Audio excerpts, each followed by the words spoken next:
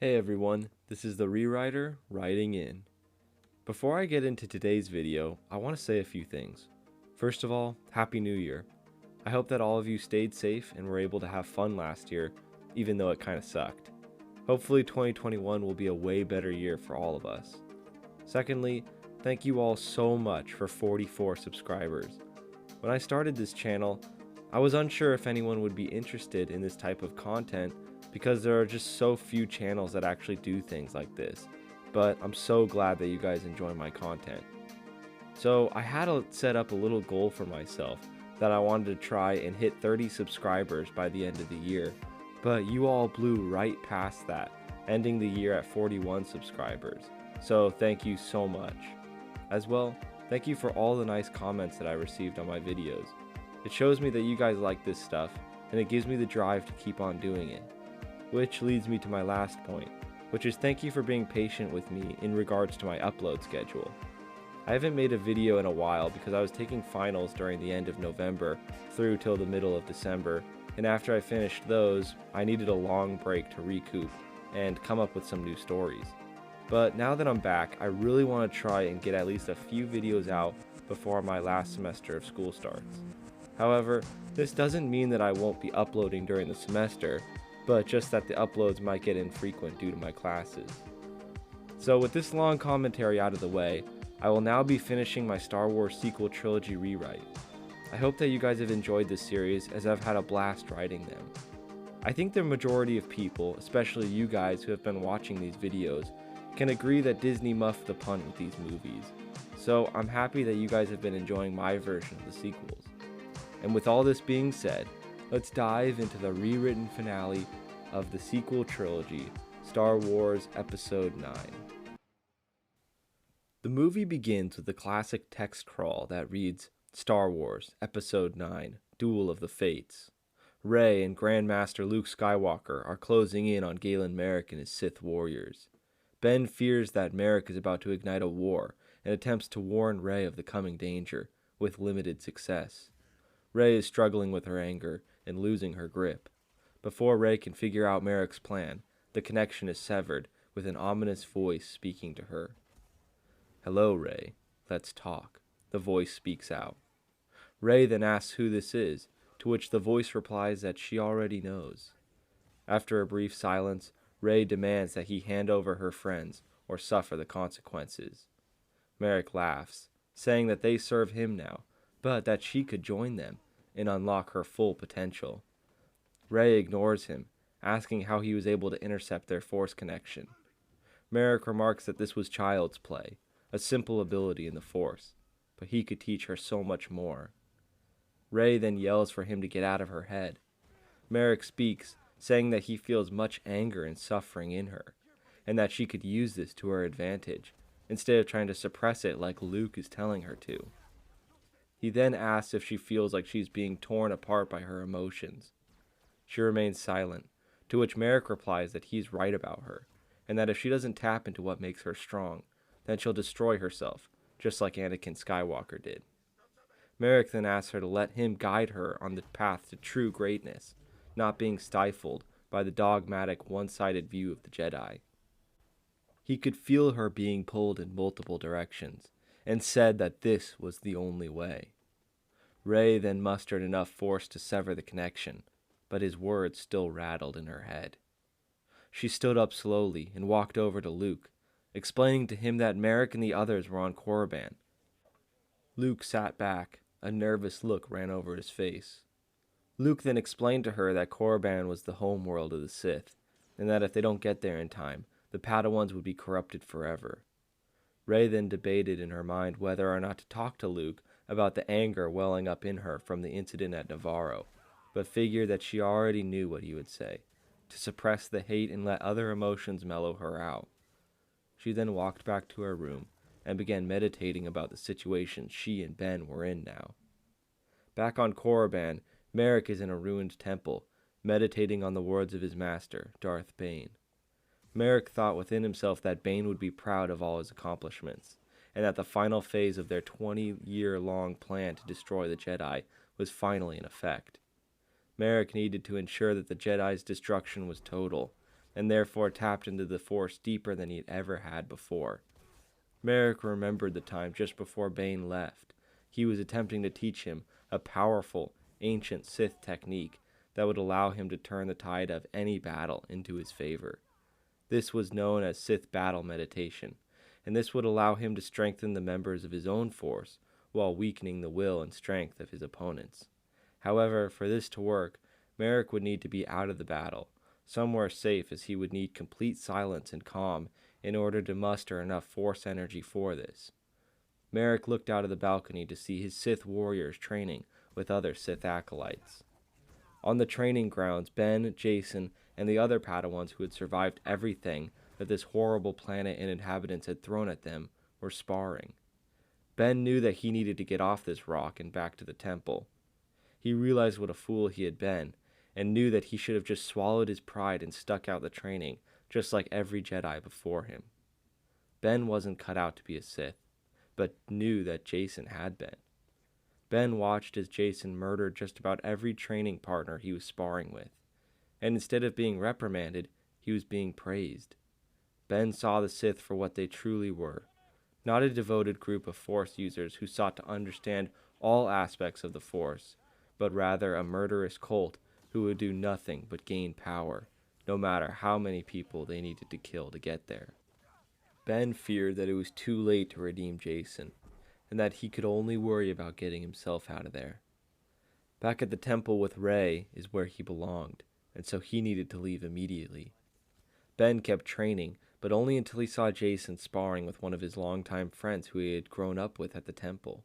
However, the sparring turned dark, with Jason furiously slashing at him, attempting to find a window of opportunity to slice him in half. The other Sith was losing his balance and wasn't able to keep up with the flurry. Jason went for a powerful two-handed slash, but it was countered by Ben, who used Force push to throw him into the wall. Ben pleaded with Jason, telling him to end this madness and come back with him to the temple. This place had corrupted Jason, who yelled at Ben that he was a coward and not meant to be a Sith. Therefore, he couldn't be allowed to live. Ben then demanded for Jason to hear himself, saying that this isn't the same person who was Ben's best friend. Jason then screamed that that person was weak and was destroyed by who he really was, Darth Caedus. Just by looking into his dark yellow and black eyes, Ben knew that Jason was too far gone, and there was no point now in trying to save him. Caedus, with no fear or remorse, lunged at Ben, taking full advantage of his skill at Form 4. Caedus was doing flips and slashes all around Ben in an attempt to disorient him before going in for a killing blow. However, Ben picked up on this trait of Jason's and continued to block all incoming attacks. Red lightsabers were violently clashing and sparking, with both students being quite adept in their lightsaber and Force abilities for only being trained in these things for the last few months. Ben began piercing Jason at critical points in between his lightsaber slashes, which slowed him down a little bit, but Caedus used pain as a way of strength, meaning that he was only getting more powerful as Ben kept attacking him. Caedus was only becoming more and more determined, and instead of multiple angry attacks, he began to use more coordination and skill to look for Ben's weak spots. Both students were getting hits in, and it was becoming more apparent to Ben that he wasn't going to be able to take him down now, not with Caedus' rage and pain allowing him to grow stronger. Ben needed to escape and reunite with the others if they were going to take down Merrick and his band of Sith warriors. Ben then backflipped, putting his lightsaber away and raising both arms in the air to force pull a giant cloud of dust around everyone to mask his escape. Caedus then jumped over to where Ben was and slashed, but Ben was gone. Just then a figure began walking through the dust and over to Caedus. It was Merrick, and Caedus began to bow in front of him. Merrick then angrily told him to get up and find Ben now. Caedus then got up and got a search party together to go and find Ben.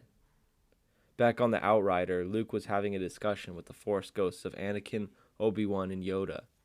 Luke was explaining to them that they were heading for Korriban and was unsure of what was going to happen there. Yoda then explained that he had been to Korriban before in search of learning the secrets of becoming a Force ghost, but that it was treacherous there.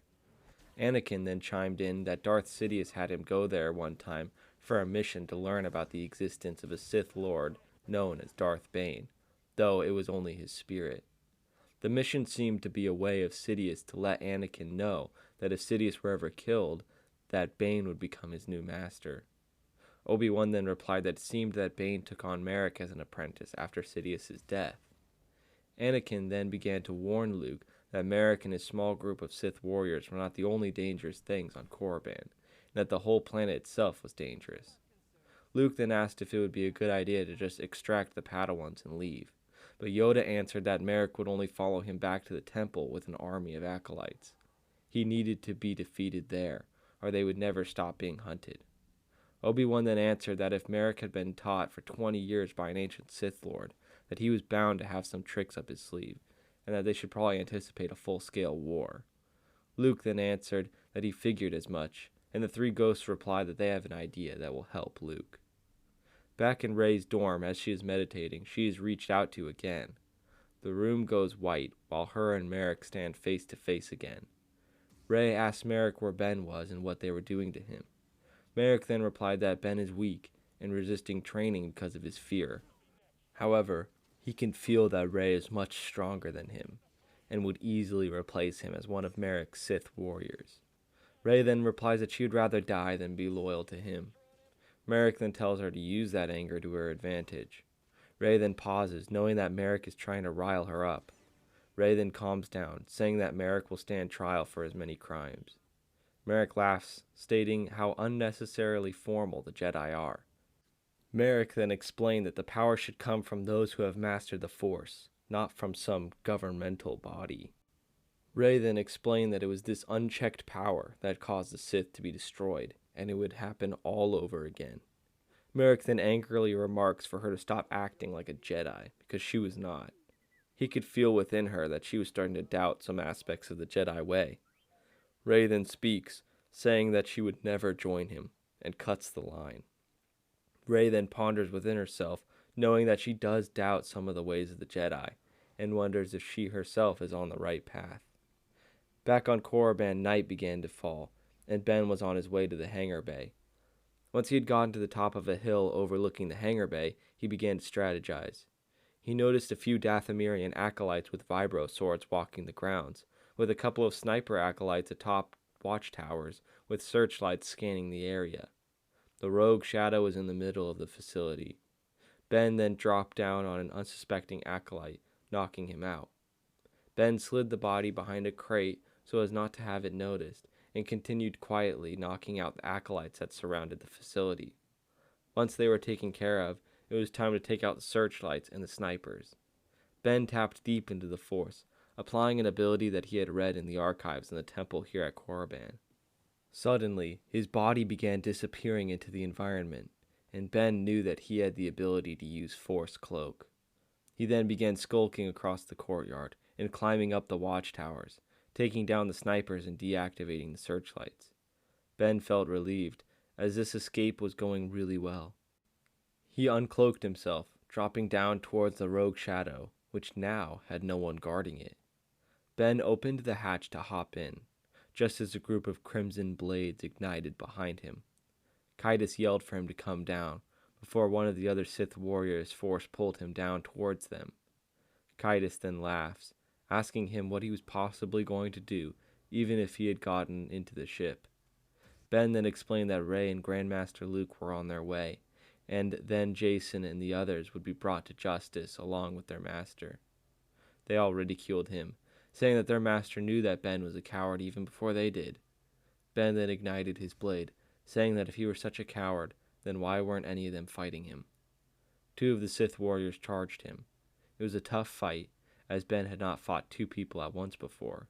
However, they weren't as skilled as Jason, who he had fought many times before. The 2 fought much slower, and thus were easier to counter. Ben ducked under one of the attacks, slicing off one of their legs, and flipped over the other, cutting his head off.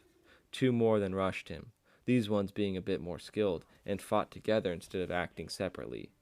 They were able to get a few jabs at Ben, but he was able to activate Force Cloak mid-fight, sneaking around them and grabbing Jason, holding his lightsaber up to his neck. Ben then yelled for them to drop their lightsabers, or he was going to cut Jason's head clean off. They paused for a moment, dropping their lightsabers. Jason then remarked that Ben must have thought he was so clever. However, He knew that Ben didn't have the stomach to kill him. Jason then egged him on, telling him to just do it already and stop wasting time. Ben then dragged Jason to the front of the ship, deactivating his lightsaber and force pushing Jason into the other acolytes. They all fell to the ground, and Ben hopped into the rogue shadow. The shadow was taking off, but before it could make it out of the atmosphere, the Sith warriors were force pulling it back to the ground. Ben then jumped onto the top of the ship, and with a powerful force blast, he blasted a giant crater of force into where they were all standing, which knocked them all out. Ben got back into his ship, and got out into space above Korriban. Once there, Ben got onto the comms, signaling for any nearby ships if they could hear him. After a moment or two of static, Orion DePaul answered back that the Outrider could hear him, and that they could see him as well. Ben was so relieved, answering Master DePaul that it was Ben, and that they needed to rendezvous together. Master DePaul then said it was nice to hear from him, and that they would cross paths in a few moments' time. Ben was in the clear, until out from behind him he heard multiple cruisers tailing him, followed by a massive armada of Merrick's cruisers. They began firing at him, but he was able to dodge most of their blaster fire, even though he was a pretty rookie pilot due to the incredible handling of the Rogue Shadow. Ben put the ship in combat mode, to which the AI aboard the ship took control. The ship flipped around quickly, blasting a couple of the cruisers down before flipping back around. The Rogue Shadow was now in front of the Outrider. Master T'Pol came onto the feed, saying that they had contact with him and were ready to bring him aboard. Ben cried out that they were doomed, that this fleet was going to tear them to shreds. Master T'Pol came back onto the comms, assuring him that Master Luke had a plan. Overwhelmed with worry, Ben was certain they weren't making out of this ordeal alive.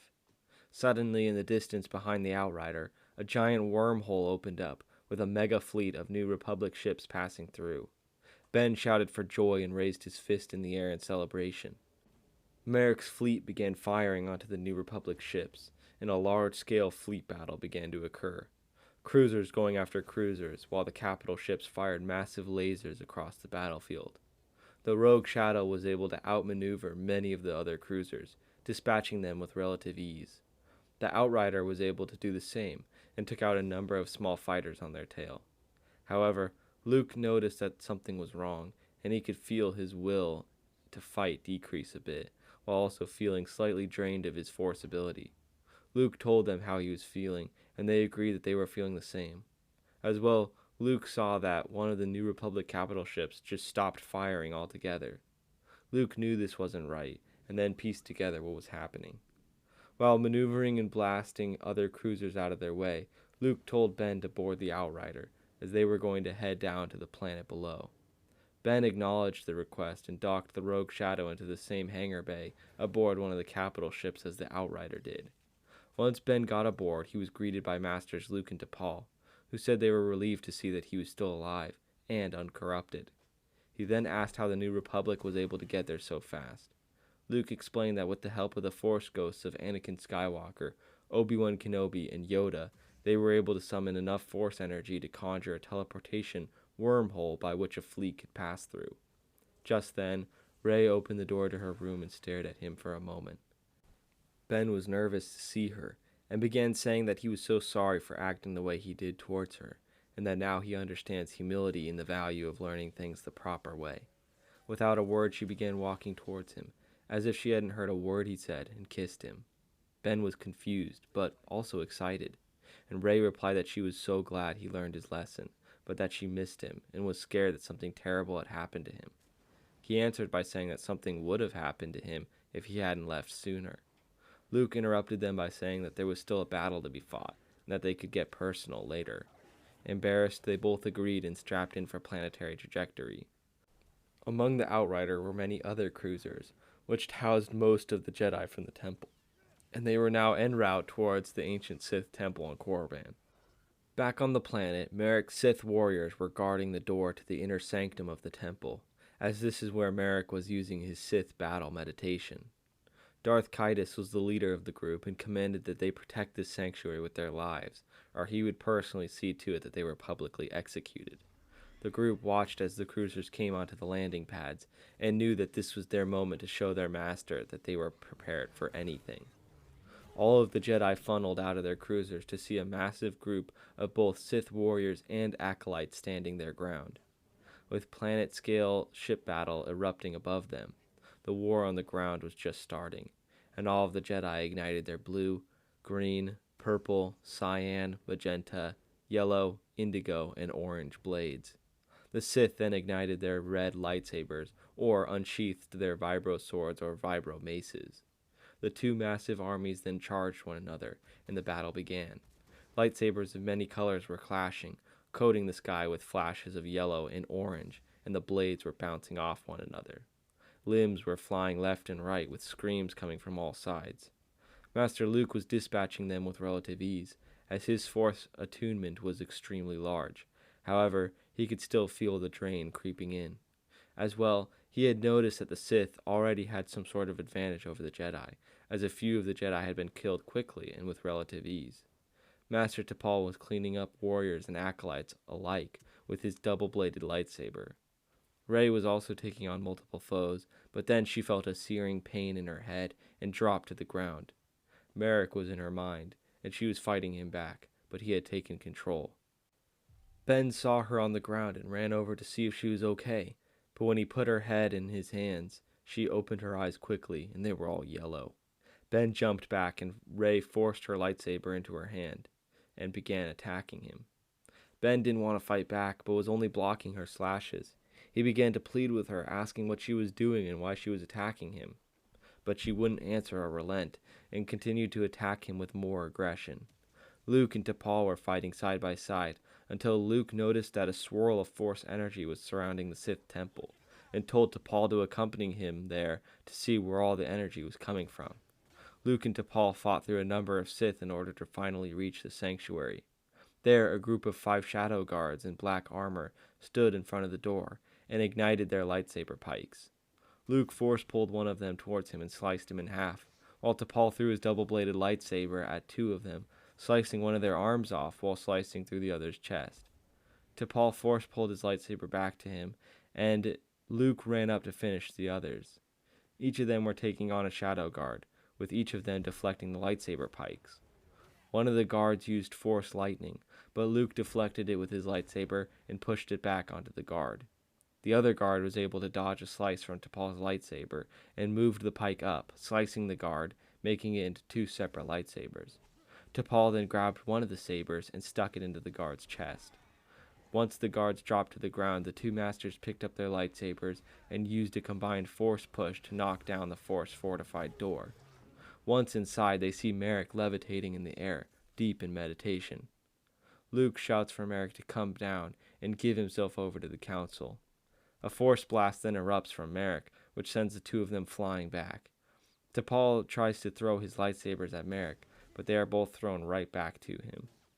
Tapal then asks Luke what they should do, and Luke puts his lightsaber back onto his belt and asks Tapal to watch his back. Tapal is confused, but does as Luke says because of his trust in him. Luke then closes his eyes and attempts to enter into Merrick's mind. Luke sees the room go white, but then in an instant, Luke is back in the throne room on the Death Star. The chair up top spins around to show Merrick sitting on it. Luke then asks Merrick how he knows about this place. Merrick stands up, answering that he loyally served Palpatine as one of his sovereign protectors. Luke then remarks how he remembers being here, all the hate and anguish that this room brought to him and his father. He says then that it's not too late for him to revoke this life and try to live a life with a greater purpose. Merrick laughs, telling Luke that this is his purpose, to wipe out the fools who doomed the galaxy. Luke then remarked that his Jedi Order was not the same as the one that came before, and that the temple was truly a place of learning, not a breeding ground for soldiers. Luke then asks Merrick what he would do if he accomplished his goal today, try and reinstate the Empire. Merrick answers that he wouldn't bring the Empire back.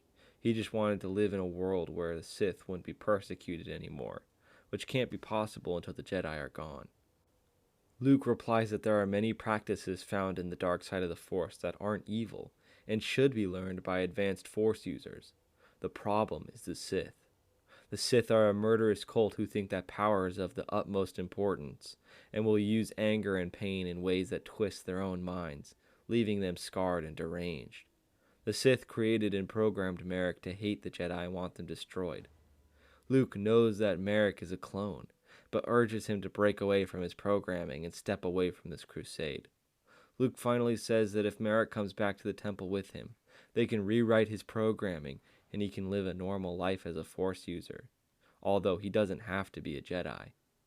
Merrick then says that it's too late to save him, and that Luke is wasting his time. Luke then closes his eyes and puts his hands together, forming a ball of Force energy. Merrick yells at him to stop, but not before Luke opens his eyes again and sends the ball of Force energy flying out into the room, causing everything to collapse, and then all becomes white. Luke and Merrick open their eyes to see that they are back in the Sith temple, and that Merrick's Sith battle meditation had been broken. Orion T'Pol is fighting a couple of Sith warriors while defending Luke. Merrick then pulls out his lightsabers and threatens that Luke just made his last mistake. Luke then pulls his lightsaber out, standing ready to duel with Merrick. Back on the battlefield, Rey is relentlessly attacking Ben, using ferocity Ben had never seen Rey use before. Ben continued to plead with her, but it seemed like there was no effect. Her piercing yellow eyes seemed to consume her whole face, leaving Ben struggling to find out what to do. Then, as if things couldn't get worse, Darth Caedus leaped over them and started attacking Ben as well. Ben was outnumbered and underpowered to take on two combatants like this. Ben then dodged an incoming strike by Caedus and then force-pushed Rey into a wall, dropping her to the ground. Caedus then remarked how Rey is finally doing the right thing, seeing through the lies of the Jedi. Ben then replies that the only lies here are the teachings of the Sith. Ben asks if Jacen really feels like he knows more about the balance of the Force, or has he just become a weapon that the Sith use for their betterment. Caedus then yells that he has become stronger than Ben ever will, and furiously slashes at him. Ben continues to block his attacks and get a couple of jabs of his own in, but he is becoming increasingly more tired as he has been fighting all day, and he could feel his Force energy dwindling. Caedus' attacks became deadlier and stronger, leaving Ben feeling drained and starting to lose this fight. Rey is seen lying on the ground, but when she gets up, she wonders what just happened. Her eyes aren't yellow anymore, and all the rage that she felt inside was gone. As well, she noticed that the Jedi were starting to overwhelm the Sith warriors and acolytes, as if something happened that changed the tide of war. She then looks over to see Caedus striking down Ben, Force pulling the lightsaber out of Ben's hand, and using a Force choke to keep him down. Caedus then goes for the killing strike when Rey's lightsaber bounces off his blade and comes back to her. Rey and Caedus begin fighting, with him asking her what she's doing. Rey then confirmed to him that Merrick's manipulation was at an end, and that this battle was over. She then gives him one last chance to surrender, but without saying a word, Caedus swings at Rey's head, which she easily blocks. The fight ensues between Rey and Caedus, with Caedus having more rage, but Rey having more skill. Caedus tried flipping over her several times in an attempt to confuse her, but she stood her ground, firmly blocking every attack and offering her own counterattack. Caedus then backflipped, force levitating two boulders on Rey's right and left side, and slammed them together. Caedus began walking away until he heard the two boulders go flying into the rock faces. He turned around to see Rey standing there, unharmed, with even a little smile on her face. Caedus became enraged, leaping towards her and attempting to slash her with all the speed he could muster. But it wasn't enough, as Rey just kept blocking everything and deflecting him. That is, until he tricked her into thinking he was going for a chest slash, to which he dropped his saber and ducked, swinging for a strike to cut off her legs. Caedus was pulled back suddenly before he could grab onto his lightsaber, and pulled right into a blue lightsaber that punctured his chest. Caedus dropped to the ground, seeing Ben standing over him. Caedus then asks how Ben could betray him, with Ben replying that Jacen betrayed him months ago. Caedus begins crying, saying that Ben was right, and that he was ready to go home and try to be a Jedi again. Ben, overwhelmed with emotions, reaches out his hand and picks Jacen up. Jacen smiles at Ben, going to hug him, but quickly forces his saber to him, stabbing Ben through the chest. Rey, who is already walking towards him, screams and runs over, forcing Jacen into the air before throwing her lightsaber at him, cutting his head off. Rey pulls her lightsaber back to her and runs over to Ben, sobbing in agony.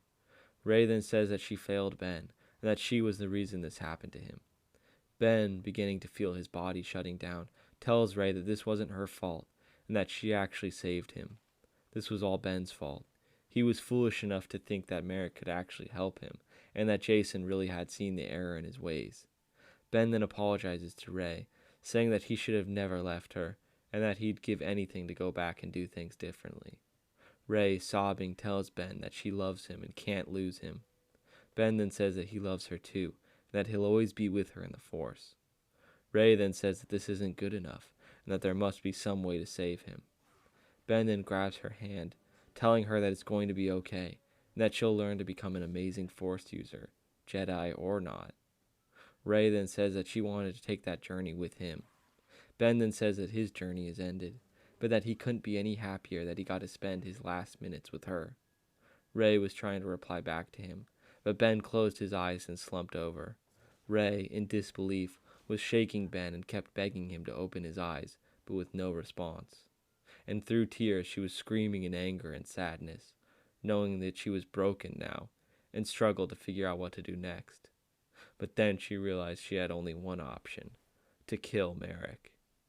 Back in the temple, Merrick and Luke began to fight, both masters being incredibly skilled in all forms of lightsaber combat, with each of them performing lightsaber combos and counters with almost effortless skill. This fight lasted almost an hour, with Merrick at one point attempting to choke Luke, but Luke, using a force repulse, blasts Merrick off of him. Luke attempted to freeze Merrick in place with a force slow ability, but Merrick was able to dash out of the way. Luke continued to tell Merrick that it wasn't too late for him to change, that it really isn't too late for anyone. Merrick ignores him, going for a sweep to Luke's legs in an attempt to catch him in the air and slice him in two. However, Luke jumped over his leg and force pushed him to the ground. Merrick then realized just how skilled Luke was, and how he would need a way to distract him. Merrick looked over to see Orion T'Pol finishing off the last of the Sith warriors who were protecting him. After T'Pol dropped the last one and turned around, Merrick dashed over to him, attempting to do a speed slice through T'Pol. Luke was able to grab Merrick mid-dash and use a force slow on him. With Merrick frozen in place, Luke raised his other hand and closed his eyes. T'Pol was confused again as to what Luke was doing. However, Merrick began to scream, and when Luke closed his hand into a fist, Merrick dropped to the ground. T'Pol then asked Luke what he just did to him. Luke replied that he was just using a temporary mind wipe ability on Merrick that would keep him docile on the way back to Endor, so that the Council could attempt a full reprogram of his mind. Luke then explained in further detail that Merrick here was one of the last surviving clones that was used personally by Darth Sidious as his personal bodyguards, and that Sidious was able to do a Sith ritual that granted Merrick the ability to wield the Force, but with no chance of him turning on Sidious due to his programming. Just then, Rey burst into the chamber to see Merrick slumped to the ground, but still breathing, and lunged at him with her lightsaber in hand. Luke shouts no before grabbing her in the air and bringing her to the ground. In anger, Rey asks what is happening, and why Merrick is still alive. Luke then explains the same way he explained it to Paul, but Rey was enraged, saying that he didn't deserve to live. Luke then warns her that that is a dangerous and flawed way to see people, and that she needs to be wary of this. Rey is beside herself, screaming to Luke that Merrick is the reason that Ben is dead, and she wants nothing more than to end his life. Luke then tells her that he understands how she feels, that he lost his father and his best friend some years ago. Rey then pulls out her lightsaber again to try and strike Merrick down, but Luke deflects it and pushes her back. Luke then tries to calm her down, saying that Merrick should at least be given the opportunity to live a somewhat normal life if he chooses to, and that he was being controlled his whole life by Sidious. Luke then tells her that it's time to come back home to the temple, and there he would try to help her cope with her new circumstances. However, Rey declined, saying that she didn't feel like a Jedi anymore, and needed time and space to understand who she was. Luke replies that he understands how she feels and wants to help her.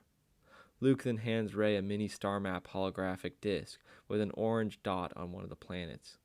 Luke then explains that there is a powerful Force user who understands her situation better than anyone and could help her figure things out. The planet being shown in the hologram was Mandalore, where a Force user named Ahsoka Tano acted as a counselor to the Queen, Bo-Katan. Luke then advises her to go there and learn from her. Rey then grabs the disc, thanking Luke for understanding her situation. T'Pol then grabs Merrick over his shoulder, and they all walk out of the temple to see that the battle had ended, and that the Jedi and New Republic had won. Rey let out a sigh of relief, and Luke put his hand on her shoulder, telling her to take the Outrider and go to the coordinates. Rey then asks what Luke will do now, to which he replies that they will attempt to fix Merrick and then put him on trial for his crimes. After that, Luke says that he'll continue to train and help all those who seek to understand the Force and the ways of the Jedi. Luke then wishes Rey good luck on her new adventure, and she replies that she hopes she will see him again soon. Luke replies that they will meet again one day when she is ready, but that she always knows where to find him. The two of them hug, and then Rey heads over to the Outrider and plugs in the coordinates. Rey then pulls Ben's lightsaber from off her belt and places it on the seat next to her. She rests her hand on it and puts her head down for a moment, wishing he could be with her now. She then lifts her head up and the camera zooms out to show the ship ascending through the clouds of Korriban and finally blasting off to light speed. And that's the end of my story. I hope that you all enjoyed it. Let me know what you thought about my trilogy down in the comments below. And like I said in the intro to this video, I've had a ton of fun writing this new sequel trilogy, and I hope that you all thought it was entertaining as well. I'm sorry that it took me longer than I wanted to finish this trilogy, but I'm pretty happy with the way it turned out. And for all of those that have subscribed to the channel due to my Star Wars content, I thank you all so much. But for those of you who have subscribed to me due to my superhero content, I want you all to know that I'll be getting back to the superhero content for my next few videos. So I won't be doing Star Wars again for a little while, as there are other stories in different universes that I want to write about. But just know that I still have a few ideas for some other Star Wars projects that I'm pretty excited about. Thank you all so much for being a part of the channel and for giving me helpful feedback and suggestions. I really appreciate it. Thank you all so much for watching, and if you like this type of content and want to see more, feel free to leave a like on the video and subscribe to the channel. Thanks again, and this is the Rewriter, writing out.